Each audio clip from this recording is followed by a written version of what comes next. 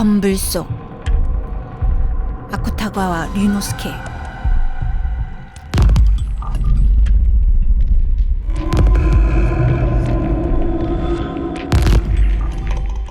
재판관의 물음에 대한 나무꾼의 증언.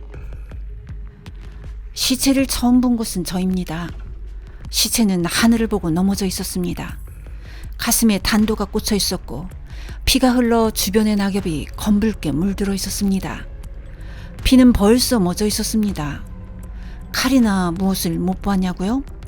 아니, 아무것도 없었습니다. 다만 그 삼나무 밑에 밧줄이 한 가닥 떨어져 있었습니다. 아참, 밧줄 말고도 빗이 하나 떨어져 있었습니다.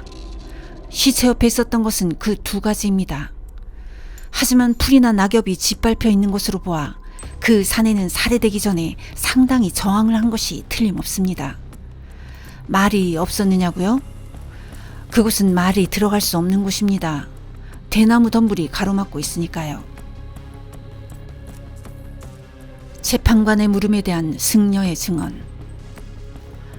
저 시체의 사나이는 분명히 어제 제가 만난 사람입니다. 그 산에는 말을 탄 여자를 데리고 걸어가고 있었습니다.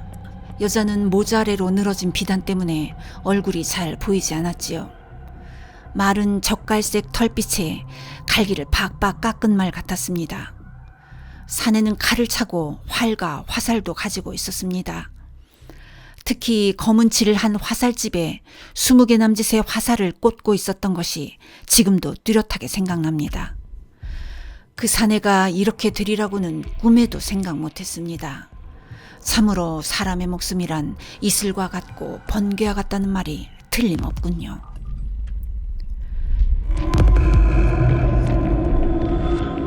재판관의 물음에 대한 체포자의 증언. 제가 붙잡은 사내 말씀입니까?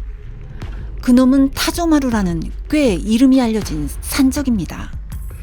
마침 말에서 떨어져 넘어져 있길래 붙잡았지요. 언젠가 제가 잡으려다 놓친 때도 역시 칼을 차고 있었습니다. 지금은 그것 말고도 보시는 바와 같이 활과 화살 따위도 가지고 있네요. 그렇습니까? 그 시체의 사내가 가지고 있던 것도? 그럼 그 사람을 죽인 것은 이 타조마루가 분명합니다. 활과 화살은 모두 그 죽은 사내가 가지고 있었던 것일 겁니다. 말씀하신 대로 말은 갈기를 짧게 깎은 젓갈색 말이었습니다.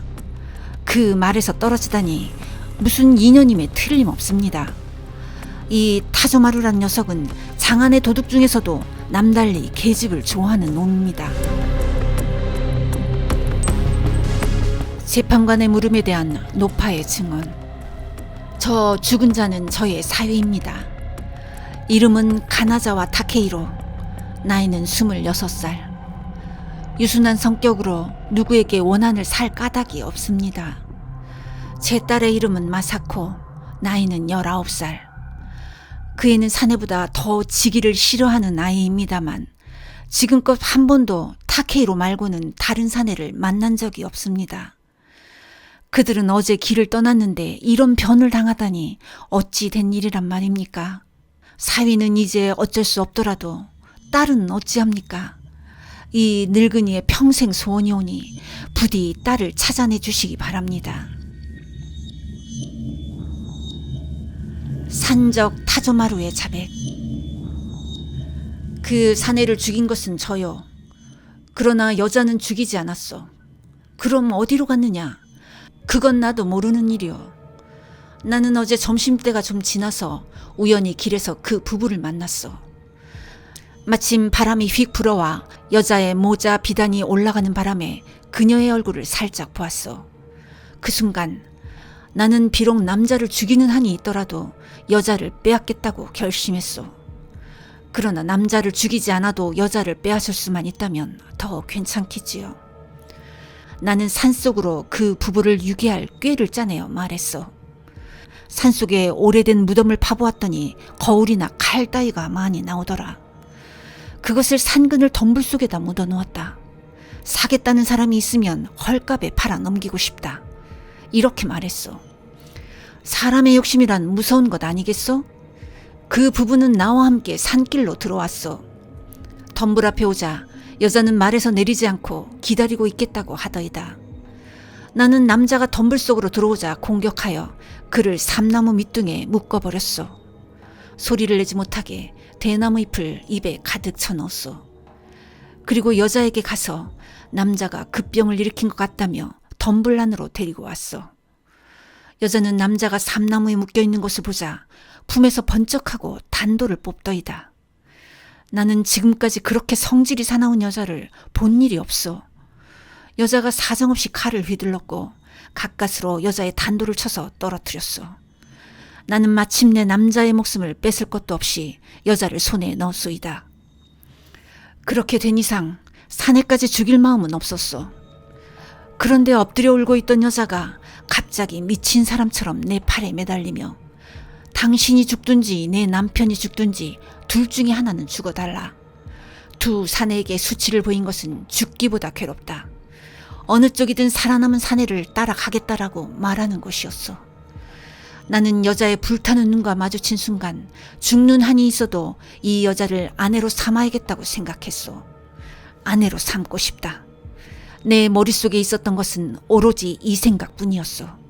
그러나 남자를 비겁한 방법으로는 죽이고 싶지 않았어. 나는 사내를 풀어주고 칼을 주며 맞서라고 했어.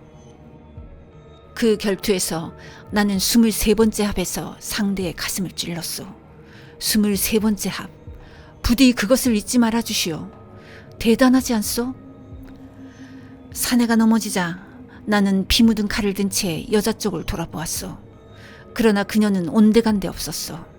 나는 칼과 활, 화살을 챙겨 산길로 나왔어. 칼은 장 안에 들어가기 전에 이미 처분했어. 나의 자백은 이것뿐이외다.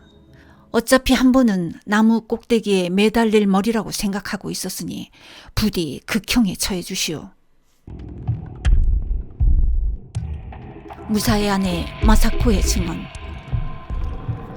그 사내는 저를 마음대로 하고 나자 묶여있는 남편 쪽을 바라보며 비웃었습니다.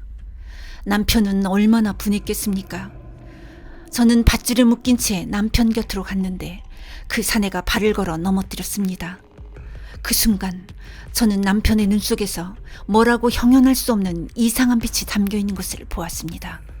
뭐라 말할 수 없는, 저는 지금도 그 눈만 생각하면 온몸이 부들부들 떨립니다. 그것은 노여움도 아니고 슬픔도 아닌 다만 저를 경멸하는 차가운 눈빛이었습니다. 저는 그 눈빛에 맞은 것처럼 저도 모를 무슨 소리를 지른 채 정신을 잃고 말았습니다.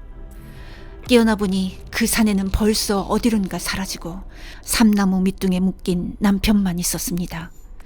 그러나 남편의 눈빛은 조금도 달라지지 않았습니다. 역시 차가운 경멸과 증오의 눈빛이었습니다. 부끄러움, 슬픔, 노여움. 그때의 제 마음을 뭐라고 해야 좋을지 모르겠습니다. 저는 비틀비틀 일어서며 남편 곁으로 다가갔습니다. 이렇게 된 이상 당신과 함께 살 수는 없어요. 전 단숨에 죽을 거예요. 그러나 당신도 죽어주세요. 저의 부끄러움을 보셨습니다. 저는 이대로 당신 혼자 뒤에 남게 해드릴 수는 없어요. 저는 단도를 들고 남편에게 말했습니다. 저에게 목숨을 주세요. 저도 바로 뒤따르겠습니다. 이 말을 듣고 남편은 저를 멸시하는 듯한 어조로 죽여라 라고 한마디 했습니다. 저는 저도 모르게 남편의 가슴에다 쿡 단도를 찔러 넣었습니다. 이때도 저는 정신을 잃었습니다. 가까스로 주위를 둘러보았을 때는 남편은 묶인 채 벌써 숨져 있었습니다. 그 시퍼런 얼굴 위에는 대나무와 삼나무 가지의 하늘에서 한 줄기 석양빛이 떨어지고 있었습니다. 저는 울음을 억누르면서 시체의 밧줄을 풀었습니다. 그리고 제가 어떻게 하였는지 그것만은 더 말할 기운이 없습니다. 어쨌든 저는 도저히 죽을 수가 없었습니다. 단도를 목에 대보기도 하고 산 기슭의 연못에 몸을 던지기도 하고 여러 가지 시도를 해보았습니다만 이렇게 죽지 못하고 있을 뿐입니다. 남편을 죽인 저는, 산적에게 농락당한 저는 대체 어떻게 하면 좋을까요? 영매의 입을 빌린 무사 타케이로 홀령의 증언. 산적은 내 아내를 겁탈하고 나자 그곳에 앉은 채 아내를 꼬이기 시작했다. 나는 삼나무에 묶인 채 말을 할 수가 없었으므로 몇 번이고 아내에게 눈짓을 보냈다. 이 사내의 말을 진심으로 받지 마라. 무슨 소리를 해도 거짓말로 알아라. 산적은 한 번 몸을 더럽힌 이상 남편과의 사이가 좋을 리가 없다. 그런 남편을 따라가기보다 자기 아내가 될 마음은 없느냐. 자기는 그대에게 반했기 때문에 이런 행동도 한 것이다 라고 말했다. 아내는 그 말에 솔깃해서 마치 꿈을 꾸는 것처럼 얼굴을 들었다.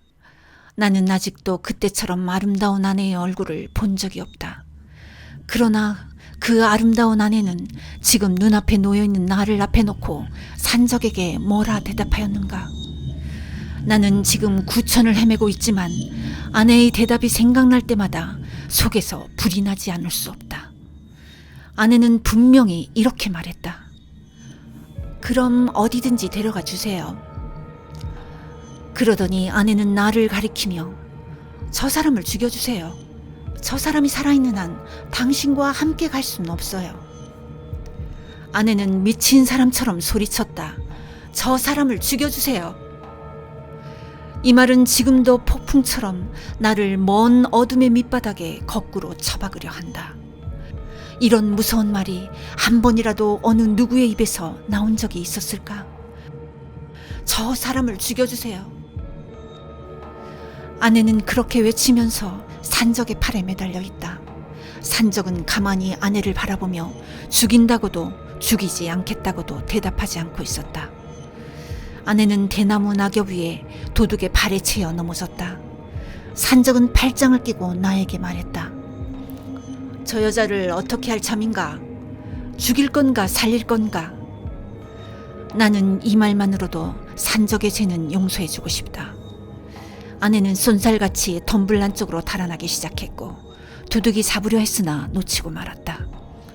산적은 아내가 달아난 뒤 칼과 활, 화살을 집어들어 내 밧줄을 끊어주고는 덤불 밖으로 사라졌다. 사방이 조용했다. 아니, 아직 누군가 웃고 있는 소리가 들렸다. 나는 밧줄을 풀면서 가만히 귀를 기울여 보았다. 그러나 그 소리도 알고 보니 나 자신이 울고 있는 소리가 아닌가.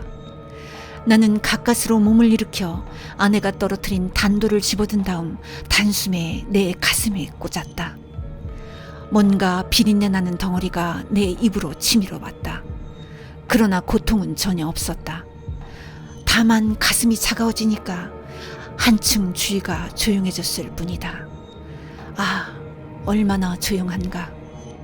다만 삼나무나 대나무 끝이 몇 줄기 쓸쓸한 햇살이 비칠 뿐이다. 이제 삼나무도 대나무도 보이지 않는다.